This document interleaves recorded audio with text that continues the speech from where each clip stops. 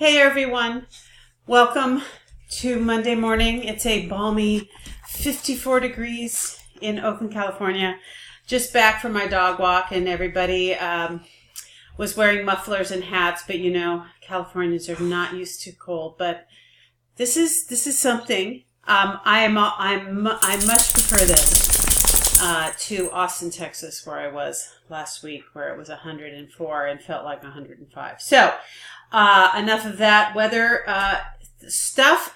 I have just a few comments to things I want to talk about, reiterate before we move into the next week, which I'm sure some of you already have. The first thing is something really simple, but it has proven to be difficult for you. And as an English teacher, it's something that comes naturally for me, but it is the language, it is the method by which academics in our discipline write to each other, and that would be MLA format. And some of you are just having a time with it, and I have provided my favorite MLA site, which is the University of Purdue's OWL, OWL MLA site. And the general format just shows you the spacing of your name, date, class, page number, last name, number, the kind of spacing which you have to actually address in Word yourself, making sure you're only double spacing. We don't bold, we don't center, except for your own title, which you don't bold or underline or italicize. And, you know, just stuff like that.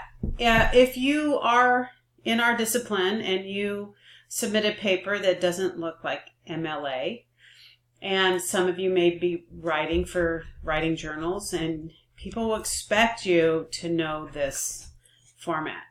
So I encourage you, if I am still mentioning MLA to you, you really need to get this puppy tucked in. Tuck that puppy in. Get that done. It's just the way we do it. I didn't invent it. I don't make the rules. I just follow them like a drone. But it looks better. It keeps the reader engaged in your work, not thinking about, wow, why is that comma there? Okay. Your bios. I sent you in my comment to the focus group. I had to dig through several versions of my work to find my original bio when I first sent out a query, and I think I started querying at the end of 99, into 99, start of 2000. So we're talking 20 years. And there wasn't I felt very accomplished when I wrote my bio, but looking back, I'd put together a women's studies reader, and I had been published in some very marginal and perhaps not, well, Hotwired's still around, but some not still around, some extinct journals. And I had studied with some pretty amazing people in the literary world. Grace Paley, Christina Garcia, Anne Lamott. Some of you may know her from Bird by Bird. And so I focused on those folks because I'm like, well, I'm nobody, but they're pretty cool. So in this program, if you have studied with someone in your genre, so I thought I was submitting literary fiction, and it is literary, but people weren't, first person who read it thought it was YA, and then it ended up being published as contemporary women's fiction. So go figure. So I had no platform. Platforms weren't a thing. There was nothing online except for email and websites. So this was a whole different world. But you can still see that the format is basically the same. And you do what you can with what you have. And you make sure your terminology is right. So a few of you have used the term freelance writer. Now, if you're a freelance writer, you're getting paid for that. You're at home and you're querying or you're pitching. You're pitching to magazines, and they say, yeah, we'd really like an essay on tourism in Florence. And you write that and you send it. So you're writing on, you're pitching, you're getting assignments, you're getting paid. That's a freelance writer. If you're just at home writing novels, you're a writer. That's what writers do.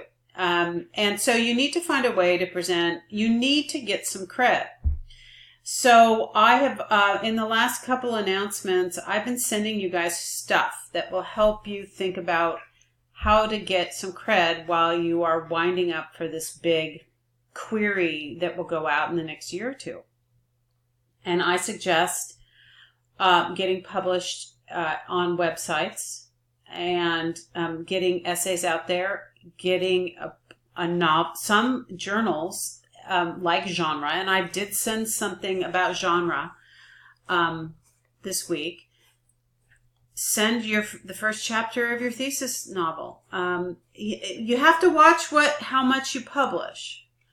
You know, some people were talking about Wattpad this week. If you publish your novel or a big chunk of it on Wattpad, it is considered published, and you might be in trouble later. But a first chapter, first 2,000 words of a novel, that's just good publicity for the novel. So see what you can do so you can start developing little tiny credits so that when your bio and your query letter come up, you have something to write about.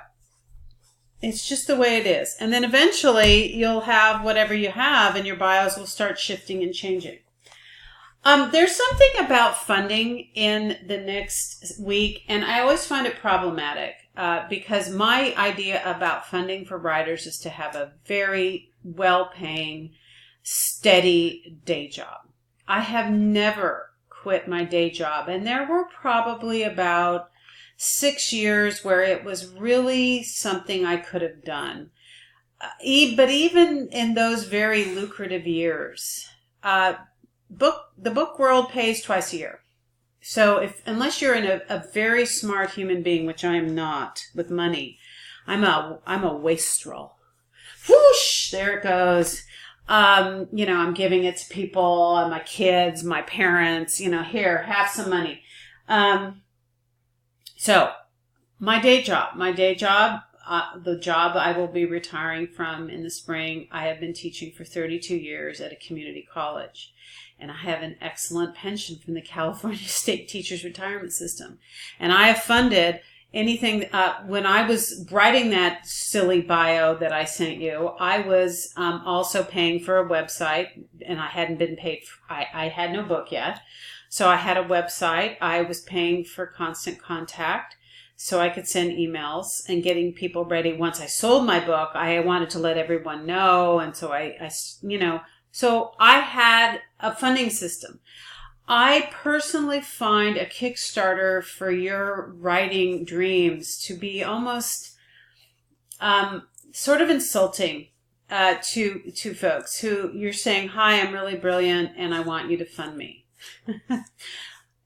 Maybe it's true, and maybe some people will fund you. And I have actually donated to friends, boyfriends who are trying to become musicians, and but I do not support other writers through Kickstarter or GoFundMe. I don't do it. I think you need a job.